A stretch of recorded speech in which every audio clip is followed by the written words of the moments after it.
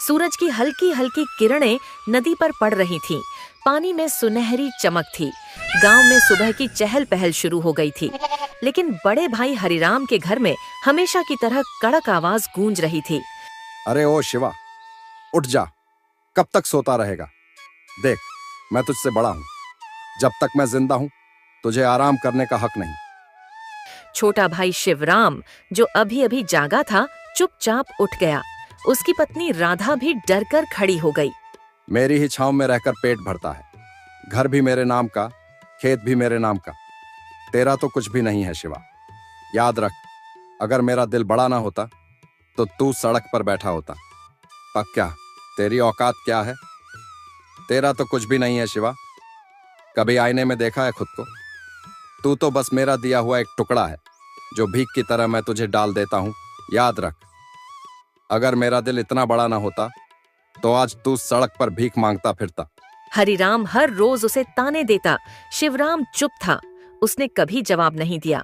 उसके माता पिता बचपन में ही मर गए थे। बड़ा भाई ही उसे पाल पोस कर बड़ा कर लाया था। लेकिन जैसे जैसे हरिराम की उम्र और दौलत बढ़ी, उसका दिल सिकुड़ता चला गया।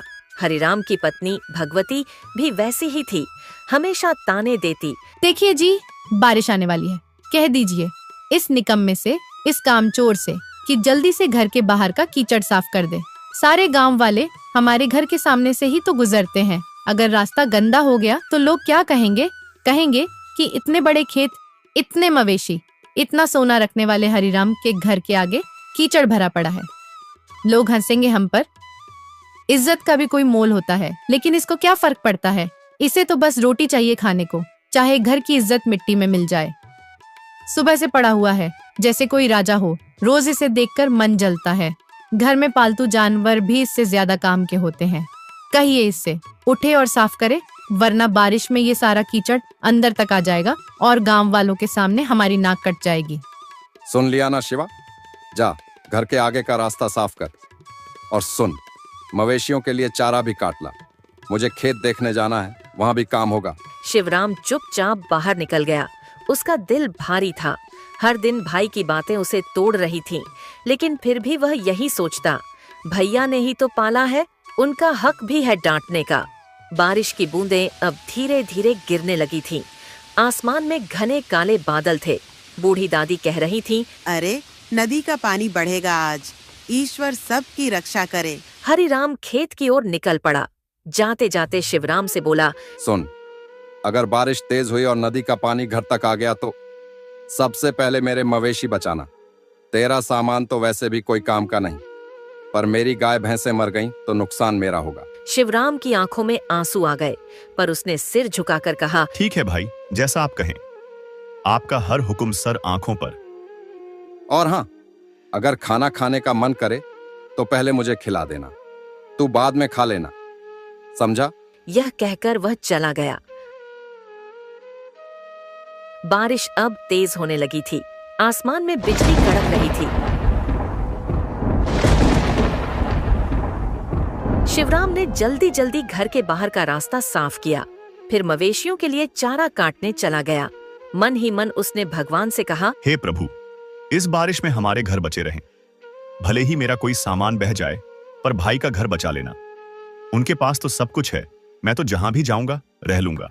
उसकी दया और भोलापन देखकर मानो बादल भी रो पड़े। बारिश और तेज होने लगी थी, लेकिन हरिराम को अपने खेत की चिंता थी। उसने दूर से देखा, पानी खेतों में भर चुका था, मगर उसके मन में सिर्फ एक ही बात थी, अब की बार फसल मरी तो शिवराम को काम से निकाल दूंगा। उसके पेट पर बोझ उठाने की ताकत मुझ में नहीं। उसके मन का घमंड और लालच बारिश के पानी से भी ज्यादा गहरा था। बारिश की बूंदें अब तेज होकर मूसलधार बन चुकी थीं। गांव के लोग अपने अपने घरों को मजबूत करने में लगे थे। नदी का पानी उफन कर किनारों से बाहर आने लगा था। उसी समय हरिराम घर लौट आया। मूड और भी खराब था। खेत का आधा हिस्सा पानी में डूब चुका था। आते ही उसने देखा, शिवराम ने चारा काटा नहीं था। दरअसल बारिश इतनी तेज थी कि शिवराम खुद भीगकर कांप रहा था, लेकिन हरिराम को उसकी हालत से कोई फर्क नहीं पड़ा। उसने गुस्से से चिल्लाकर कहा, निकम्मे, जब देखो तब भीगता रहता है, चारा नहीं काटा, अब मवेशी भूखे मर जाएंगे। तू किस काम का है आखिर? भाई, बारिश बहुत तेज थी, माफ कर दो, मैं अभी काट लाता हूँ। हरिराम की आंखों में घमंड और नफरत भर गई। उसने एक जोरदार लात शिवराम के पेट में मारी। शिवराम गिर पड़ा। उसकी पत्नी राधा दौड़ती हुई आई, लेकिन हरिराम ने उसे भी धक्का दे दिया। बंसी, उनका छोटा बेटा, जोर जोर से रोने लगा। बस, बहुत हो गया। आज से ये घर तेरा नहीं, निकल जा यहाँ से। मैं तुझ पर और तेरे परिवार पर एक दाना भी खर्च नहीं करूंगा। निकल जा मेरे घर से। शिवराम की पत्नी गिड़गिड़ाती रही। भैया, हाथ जोड़ती हूँ, ऐसा मत करो, बारिश हो रही है, हम कहाँ जाएंगे इस वक्त? देखो भैया, हमारा तो कोई नहीं है, ये घर ही हमारा आसरा है। अगर इसे भी छोड़ देंगे तो छोटा बच्चा कहाँ सिर छुपाएगा? भैया, भगवान के लिए, इतनी रात में, इतनी ठंडी में कहाँ जाएंगे हम? सड़क पर मर जाएंगे भैया। आपको जो चाहे सजा दे दीजिए, काम का दोहरा बोझ दे दीजिए, लेकिन घर से मत निकालो। जहां मर्जी जाओ, नदी में डूब मरना है तो मर जाओ, मुझे कोई फर्क नहीं पड़ता। ये घर मेरा है और इसमें रहने का हक भी सिर्फ मेरा है। बारिश की बूंदें अब शिवराम के आंसुओं के साथ मिल चुकी थीं। वह चुपचाप उठा। उसके गीले कपड़े उसके शरीर से चिपक रहे थे। उसने अपनी पत्नी और बेटे को साथ लिया और निकल पड़ा। उसकी पत्नी की आंखें लाल थीं, लेकिन उसने भी कुछ नहीं कहा। दोनों घर से बाहर निकल गए। बाहर ठंडी हवा चल रही थी। बारिश में उनके पैर कीचड़ में धंस रहे थे। बच्चे का शरीर ठंड से कांप रहा था। रात का अंधेरा उतर आया था। गांव के लोग खिड़कियों से देख रहे थे, पर किसी की हिम्मत नहीं हुई कुछ बोलने की। हरिराम से सब डरते थे। शिवराम धीरे धीरे नदी की ओर बढ़ गया। नदी किनारे थोड़ी सी ऊंचाई थी, जहां बरगद का बड़ा पेड़ था। वहीं पर एक पुरानी झोपड़ी थी। उसी पेड़ के नीचे उसने पत्नी से कहा, यहीं रुकते हैं राधा। देखो, ये पेड़ की जड़ें भले ही बाहर निकल आई हैं, ये झोपड़ी भी पुरानी और टूटी फूटी है, लेकिन हमारे लिए ये भी किसी महल से कम नहीं है। कम से कम हमारे सिर पर एक छत तो होगी। ईश्वर ने हमें हर मुश्किल से बचाया है राधा, आज भी बचाएंगे। मुझे पूरा भरोसा है, हमारे दुख के दिन जल्दी ही खत्म होंगे। हमें बस हिम्मत नहीं हारनी है। जब तक ये सांसें चल रही हैं, मैं तुझे कभी भी खुले आसमान के नीचे सोने नहीं दूंगा। सुनिए जी, हमने किसी का क्या बिगाड़ा था? हम तो हमेशा सबका भला ही चाहते थे, फिर भी भैया ने हमें क्यों निकाल दिया? उनका दिल इतना कठोर कैसे हो गया? हम तो अपने हक का भी नहीं मांग रहे थे, बस 2 रोटी और सिर छुपाने की जगह चाहिए थी। क्या यही हमारा कसूर था? भगवान ही जाने अब हमारा क्या होगा। राधा, मत रो, मत रो। देखो, बंसी को ठंड लग जाएगी, उसका बदन कांप रहा है। अगर तू ऐसे टूट जाएगी ना, तो मैं भी कमजोर पड़ जाऊंगा। मैं अभी जाता हूं गांव के बाहर, वहां पेड़ के नीचे सूखी घास पड़ी थी, वही ले आता हूं। देख लेना, इसी बारिश में, इसी ठंडी रात में हम अपना घर सजाएंगे। हाँ, टूटी फूटी झोपड़ी होगी, दीवारों से हवा भी आएगी, लेकिन वो हमारा होगा राधा, सिर्फ हमारा, छोटा सा, लेकिन उसमें तेरा, मेरा और बंसी का सपना होगा। मुझे यकीन है भगवान हमें देख रहे हैं। एक दिन यही बारिश हमारी खुशियों की भीगी भीगी सौगात लेकर आएगी। वह उठा और घने अंधेरे में चला गया। उसकी पत्नी अपने भीगे बेटे को सीने से लगाकर बैठ गई। आसमान से बिजली चमक रही थी। बरगद के पत्ते झड़ रहे थे, पर उसी पेड़ के नीचे एक टूटे परिवार ने नया जीवन शुरू करने की ठानी थी। बारिश की बूंदें थमती नहीं थीं। शिवराम, राधा और बंसी नदी किनारे बरगद के पेड़ के नीचे झोपड़ी में बैठे कांप रहे। बंसी भूख से रोने लगा। उसकी रोती आवाज सुनकर राधा भी रो पड़ी।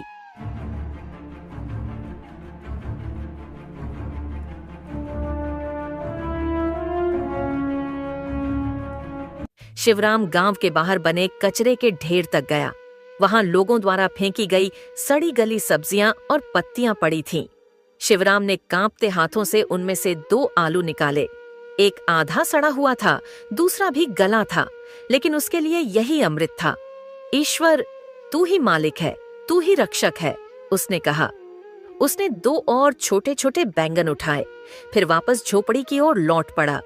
रास्ते में ठंडी हवा उसके भीगे शरीर में चुभ रही थी। बिजली चमक रही थी और अचानक बादल फटने जैसे गरजने लगे।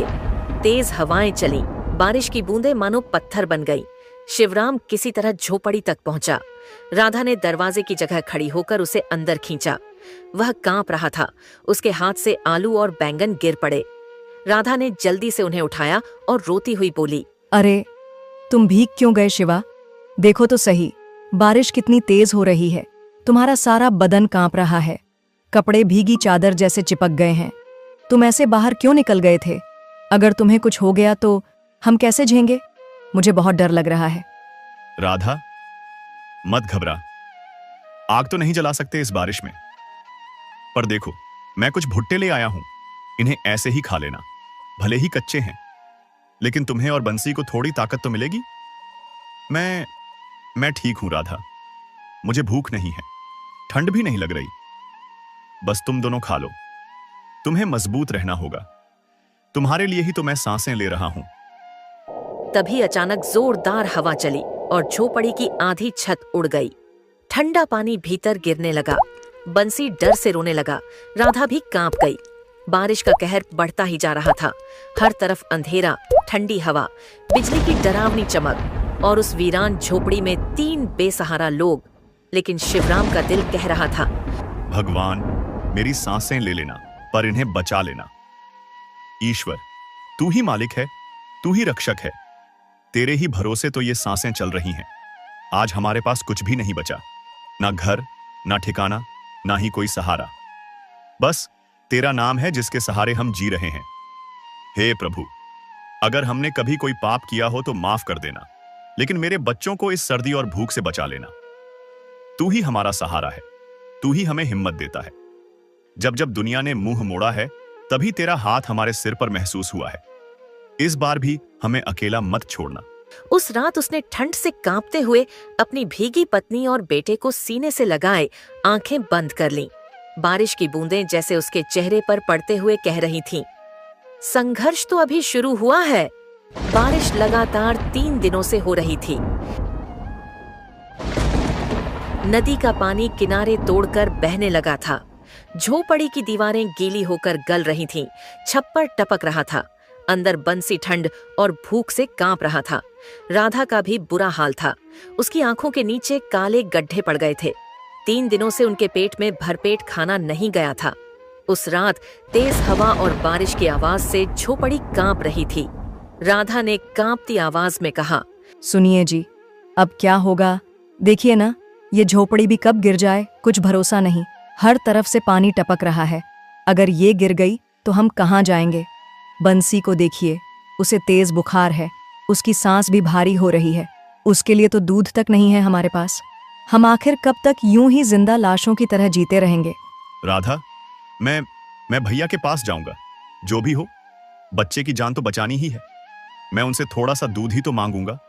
अगर उनका दिल पिघल जाए तो शायद बंसी बच जाए। भले ही मुझे कुछ भी सुनना पड़े, पर मैं जाऊंगा। भैया वापस घर लेंगे हमें? सच कहूं तो अगर आपके भाई ने आपको आपके हिस्से की जमीन दी होती तो आज हमारे पास भी एक मजबूत घर होता। लेकिन उन्हें तो बस यही लगा कि आपको पाला पोसा है तो आपके माँ बाप के हिस्से की जमीन पर भी उनका हक है। उन्होंने तो कभी ये जरूरी ही नहीं समझा कि वो जमीन आपकी भी थी। और आपने भी तो कभी अपना हिस्सा नहीं मांगा। क्यों? क्या हमारी जिंदगी की कोई कीमत नहीं? राधा, भैया ने मुझे पाल पोस कर बड़ा किया है। मेरे माता पिता के मरने के बाद उन्होंने ही तो मुझे सहारा दिया। अगर इस एहसान के बदले उन्होंने मेरी जमीन ले ली तो क्या हुआ? मैं भाई से कभी अपना हिस्सा नहीं लेना चाहता। जो दिया ईश्वर ने दिया, जो नहीं दिया वो भी उनकी मर्जी। अगर मेरे नसीब में होगा तो ईश्वर खुद देंगे। लेकिन मैं अपने भाई से कुछ मांगकर उनका सिर झुकाना नहीं चाहता। पर आज बच्चे की जान बचाने के लिए मुझे उनकी मदद लेने जाना ही होगा। शिवराम के दिल में भी यही उम्मीद थी। वो रात में ही अपना निकल पड़ा। रास्ते में घुटनों तक पानी था। बिजली की चमक में सब और भी डरावना लग रहा था। गांव के कच्चे रास्तों पर फिसलन थी, लेकिन उसके कदम नहीं रुके। वह भाई के घर पहुंचा। दरवाजा बंद था। अंदर से बातों की आवाज आ रही थी। भैया, दरवाजा खोलो। अंदर हरिराम अपनी पत्नी भगवती के साथ बैठा गर्म दूध पी रहा था। अब ये कौन आ गया इस तूफानी बारिश में? दिन भर की मेहनत के बाद चैन से बैठा भी नहीं जाता। हर वक्त कोई ना कोई मुसीबत दरवाजे पर आ खड़ी होती है। कौन होगा इतनी रात को? और अगर भीग भी रहा है तो मुझे क्या? सबको मेरी ही चौखट दिखती है क्या? जाओ जहां जाना है, मुझे कोई मतलब नहीं। जाके मरे बाहर। हरिराम उठा, दरवाजा खोला। सामने शिवराम को देखकर उसका चेहरा तमतमा गया। उसने तिरस्कार भरी नजरों से पूछा, क्यों आया है यहाँ? क्या चाहिए तुझे इस वक्त? दिन हो या रात, हर वक्त भीख मांगने चला आता है, जैसे हमारी ही छाती पर मूंग दलनी है तुझे। बोल क्यों आया है? भैया, बंसी को तेज बुखार है। 3 दिन से बारिश में भीगा पड़ा है। उसका पूरा बदन ठंडा पड़ रहा है। उसके पास ओढ़ने को कुछ नहीं है, खाना भी नहीं है। झोपड़ी कभी भी गिर सकती है। भैया, कुछ अनाज दे दो, कोई पुरानी चादर ही दे दो। बच्चा है भैया, उसकी जान बचानी है। हम कहीं और नहीं जाएंगे, बस उसकी सांसें चलती रहें। इतनी सी दया कर दो।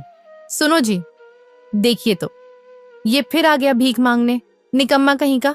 काम धंधा तो है नहीं, बस दूसरों के दरवाजे पर हाथ फैलाना आता है। अरे हट, हमारे पास भी खाने को कुछ नहीं है, समझे? और सुन, भगवान के नाम पर मत आना बार बार। जो अपनी बीवी बच्चों का पेट नहीं पाल सकता, उसे तो मर ही जाना चाहिए। चल निकल यहाँ से, हमारा सिर मत खा। भैया, एक बार बंसी को देख लो, छोटा सा है, मर जाएगा तो। निकल जा यहाँ से। मरना है तो मर जाए, मुझे क्या फर्क पड़ता है? तू जिए या मरे, मेरी जिंदगी पर कोई असर नहीं पड़ने वाला। हर बार रोनी सूरत लेकर चला आता है, जैसे तेरे जिम्मे का मैं ही सब कुछ हूं। निकल यहां से। और सुन, आइंदा मेरे दरवाजे पर भी मत दिख जाना, नहीं तो इस बार खदेड़ दूंगा, समझा? जा जहां जाना है, मरना है तो मर जा। मुझे तेरी और तेरे बच्चे की कोई फिक्र नहीं है। बारिश की बूंदें उसके आंसुओं के साथ बह रही थीं। वह उलटे पांव लौट पड़ा। गांव के कुछ लोग अपनी अपनी खिड़कियों से देख रहे थे। शिवराम ने एक घर के आगे जाकर मदद मांगी। घर के मालिक ने तिरस्कार से कहा, जब तेरा अपना भाई ही तुझ पर दया नहीं कर रहा तो हम क्यों करें? निकल यहाँ से। आखिरकार वह टूटे दिल से, भीगे कपड़ों और खाली हाथों के साथ फिर उसी नदी किनारे की झोपड़ी में लौट आया। राधा ने उसके चेहरे की हालत देख ली। उसने कुछ नहीं पूछा। दोनों की आंखों से आंसू चुपचाप बहते रहे। बाहर बारिश और तेज हो गई थी। बिजली की कड़क सुनाई दे रही थी। दूर आसमान में बादल गरज रहे थे। ऐसा लग रहा था जैसे आसमान भी रो रहा हो, इंसान की बेदिली और लालच पर। बच्चे के लिए खाने का इंतजाम करने वो फिर से निकला। रात अंधेरी थी। रास्ते में गांव के बाहर पीपल के पेड़ के नीचे उसने एक बूढ़ी अम्मा को देखा। उसके शरीर पर एक फटी पुरानी धोती थी। उसके बाल भीगे हुए थे, उसके होंठ कांप रहे थे और आंखों में बेबसी थी। वह पूरी तरह भीग चुकी थी। शिवराम का दिल रो उठा। उसने झुककर पूछा, अम्मा, यहाँ क्यों खड़ी हो? इतनी बारिश में भीग जाओगी। तुम्हारा ये पतला सा कपड़ा भी सारा भीग गया है। चलो कहीं छांव में बैठ जाओ, ठंड लग जाएगी। अम्मा, कुछ तो बोलो, इतनी रात को यहाँ अकेली क्यों खड़ी हो? बेटा, कई दिनों से कुछ खाया नहीं। भीख मांगने गांव गई थी, मगर किसी ने कुछ नहीं दिया। किसी के पास 2 वक्त की रोटी भी नहीं बची, या शायद किसी का दिल ही मर गया है। अब ये बूढ़ा शरीर जवाब दे रहा है। खड़े खड़े भी सांस नहीं ली जा रही। हाथ पैर सुन्न हो गए हैं। पेट में भी कुछ नहीं। लगता है बेटा, अब भगवान ही बुला लेंगे। आज शायद आखिरी रात है, पर कोई बात नहीं। भगवान के पास जाऊंगी तो शायद वहां भूखा ना रहूं। शिवराम की आंखों से आंसू बह निकले। उसने कांपते हाथों से अपनी भीगी जेब टटोली। उसमें गांव के कचरे से मिले 2 छोटे आलू थे, जिन्हें वह बंसी और राधा के लिए लाया था। लेकिन अम्मा की हालत देखकर उसका दिल भर आया। उसने दोनों आलू बूढ़ी अम्मा के हाथों में रख दिए। अम्मा ने कांपते हाथों से आलू पकड़े और आंसुओं से भीगे हुए चेहरे से मुस्कुराई। बेटा, तूने आज मेरी जान बचा ली। लोग अपने बच्चों के मुंह से निवाला नहीं छीनते, लेकिन तूने अपनी पत्नी बच्चे का निवाला मुझे दे दिया। भगवान तुझे बहुत देगा। अम्मा, मेरे नसीब में देने के लिए कुछ भी नहीं है। ये तो बस मेरी मजबूरी और लाचारी है। मैं खुद किसी से मांगता फिर रहा हूं। भला तुम्हें क्या दे सकता हूं? काश अम्मा, काश मेरे हाथ में भी कुछ होता तो तुम्हारे पैरों में रख देता। मैं तुझे आशीर्वाद देती हूँ बेटा। बोल, क्या चाहिए तुझे? जो मेरे बस में होगा वो दूंगी। बूढ़ी हूँ, हाथ खाली हैं, पर दुआएं देने की ताकत तो अभी बाकी है। अम्मा, आप भी मजाक कर रही हो? भला आप क्या दे सकती हो मुझे? लेकिन अगर सच में कुछ मांग सकता तो एक पक्का घर मांगता। अम्मा, एक ऐसा घर जिसकी छत से पानी ना टपके, जिसके अंदर मेरी राधा और मेरा बंसी भीगे नहीं, ठंड से कांपे नहीं। बस एक पक्का घर, यही सपना है मेरा। जा बेटा, जा। जो तूने मांगा है वो तुझे जरूर मिलेगा। आज मेरी एक इच्छा पूरी हुई है, पर तेरा सपना अधूरा नहीं रहेगा। ये मेरा आशीर्वाद है। ईश्वर तेरी ये इच्छा पूरी करेंगे। जा बेटा, तेरे दुख के दिन खत्म होंगे। शिवराम को लगा अम्मा शायद बुढ़ापे में भ्रमित हो गई हैं। वह चुपचाप आगे बढ़ गया। उसकी आंखों से आंसू बह रहे थे, लेकिन दिल हल्का था कि उसने किसी भूखे को खाना तो खिलाया। जब वह वापस अपनी झोपड़ी के पास पहुंचा तो उसकी आंखें फटी की फटी रह गईं। जहां वह टूटी फूटी झोपड़ी छोड़कर गया था, वहां अब एक बड़ा सा पक्का घर खड़ा था। लाल ईंटों की दीवारें, मजबूत छत, खिड़कियां और सामने एक छोटी सी ओसारी थी जहां राधा बैठी थी। उसके चेहरे पर हैरानी और खुशी दोनों थीं। राधा ने शिवराम को देखकर रोते हुए कहा, सुनिए जी, ये घर कहाँ से आया? जब तू गया था तब तो कुछ नहीं था। अचानक बिजली खड़ी, बादल गरजे और फिर ये घर जैसे भगवान ने बना दिया हो। शिवराम की आंखों से आंसू बह निकले। उसने आसमान की ओर देखा। बारिश की बूंदें अब भी गिर रही थीं, पर उसे ऐसा लगा जैसे ईश्वर खुद उसे छू कर कह रहे हों, तेरी दया और सच्चाई का फल तुझे मिल गया शिवराम। आज मुझे एक बूढ़ी अम्मा मिली थी। शायद वही फरिश्ता थी। मैंने उन्हें 2 आलू दे दिए और उन्होंने ये वरदान दिया। ये उनका आशीर्वाद है। उस रात पहली बार शिवराम और राधा ने एक पक्के सुरक्षित घर की छत के नीचे बैठकर ईश्वर को धन्यवाद दिया। बाहर बारिश थी, हवा थी, बिजली थी, पर उनके दिलों में सिर्फ शांति और कृतज्ञता थी। अगले दिन गांव में हल्ला मच गया। हर कोई यही चर्चा कर रहा था। अरे, वो नदी किनारे वाला शिवराम, उसकी टूटी झोपड़ी की जगह बड़ा सा पक्का घर बन गया है, वो भी रातों रात। कहते हैं किसी बूढ़ी अम्मा ने उसे वरदान दिया, किस्मत बदल गई उसकी। ये बात हरिराम और उसकी पत्नी भगवती के कानों तक भी पहुंची। वे दोनों दरवाजे पर बैठे थे। तब एक औरत ने आकर कहा, भाभी, सुना, शिवराम का घर बन गया, वो भी बड़ा सा पक्का घर। किसी बूढ़ी साध्वी ने चमत्कार कर दिया। अब वो आराम से रहेगा। भगवती का चेहरा गुस्से से लाल हो गया। उसने हरिराम की ओर देखा। देखा जी, जिस निकम्मे को अपने घर से निकाला वो आज राजा बन बैठा। सब गांव वाले भी उसकी बड़ाई कर रहे हैं। अगर उसने उस बूढ़ी को कुछ दे दिया और उसे चमत्कार मिल गया तो हम क्यों ना ढूंढे उसे? हमें भी वरदान मिल जाएगा। हरिराम का दिल भी जल उठा। उसका घमंड अब उसे कचोट रहा था। उसने तुर्श होकर कहा, हाँ, चलो उसे ढूंढते हैं। किस बूढ़ी ने उसकी किस्मत बदल दी? हम भी देंगे कुछ और मांगेंगे। अपनी फसल की रक्षा, जमीन का विस्तार और भी बहुत कुछ। अगली सुबह हरिराम और भगवती गांव के बाहर निकल पड़े। कड़ाके की ठंड, कीचड़ और पानी से सने रास्तों पर वे हर जगह बूढ़ी अम्मा को ढूंढने लगे। पीपल के पेड़ के नीचे भी गए जहां शिवराम को अम्मा मिली थी।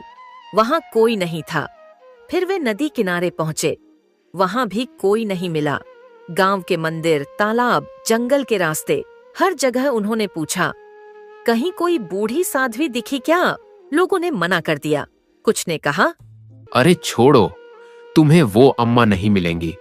अगर वो सच में कोई फरिश्ता थी तो किसी लालची इंसान के हिस्से में कभी नहीं आती। भगवान भी सोच समझकर ही देते हैं। उसने भी देख लिया होगा कि कौन उसके लायक है और कौन नहीं। ऐसे लोग तो उसके पास जाने के काबिल भी नहीं होते। जो सिर्फ अपना स्वार्थ देखते हैं, उन्हें फरिश्ते नहीं मिला करते। 3 दिन तक ढूंढने के बाद दोनों थक कर घर लौट आए। भगवती ने गुस्से में कहा, सब तेरी ही वजह से हुआ हरी। हाँ, सब तेरी वजह से।